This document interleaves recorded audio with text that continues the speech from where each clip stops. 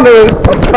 لا هو احنا مستغربين ولماذا ضربهم؟ احنا مش انتوا طالعين من الملعب يعني؟ طالعين ما بين شوطين. ما انا عارفه. انتهى الشوط الاول وداخلين الملعب. انا داري اشوف الضربه كيف. فيه واحد من الجمهور رمى قارورة مية ضربت حمودي؟ الحكم ضربت شرطي.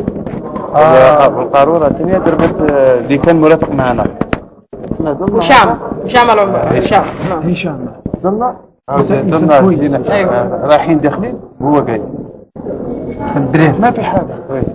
ما في حاجة جاي لما وصل عند حيمودي بدون سابق عنده. تعال. وراح ماشي.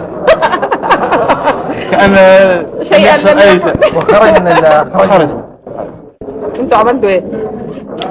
عملنا احنا دخلنا غرفة تغيير الملابس. انتوا كنتوا ايه؟ يعني كنتوا مع بعض كنا مع بعض داخلين. سقط أرض بعد واحد 10 ثواني ساقط من بعد رفعنا دخلنا غرفة تغيير الملابس. رفض التحكيم صح؟ ها؟ رفض التحكيم؟ ما رفض. احنا كنا في المباراة كتبتم في تقرير ضربوا انه ضربوا كما يقولوا بالفرنسية ايدوتيكي يعني هو بالذات مش انسان اخر. طيب احنا في وسائل الاعلام يقول انه تم التاثير عليكم من قبل الاتحاد والسودان الفصل بين الجزائر والمغرب ولم تكتبوا هذه الحادثه في التقرير. لا مكتوبه في التقرير. ماذا تتوقع ان تكون عقوبه؟ والله ما اعرف. 10 سنوات؟ لا اعدام. لا هو حرق بالك. لا حرق وجه. لا ما وين حيمودي ان شاء الله بعد 4 ايام نروح بني ادم ربنا فرج. نهائي. لا الان وين هو في الجزائر. لا هو في مصر في اسمه تربص حكام نخبة.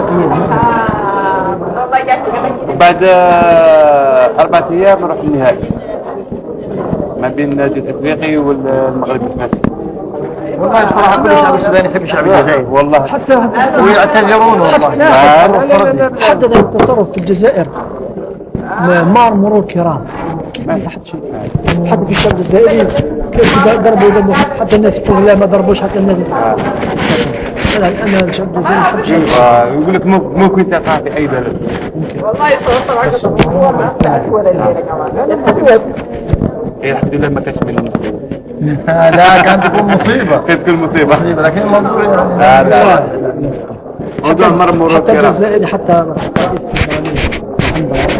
حتى دخل في علاقة وطيدة ما بين الجزائر والسودان.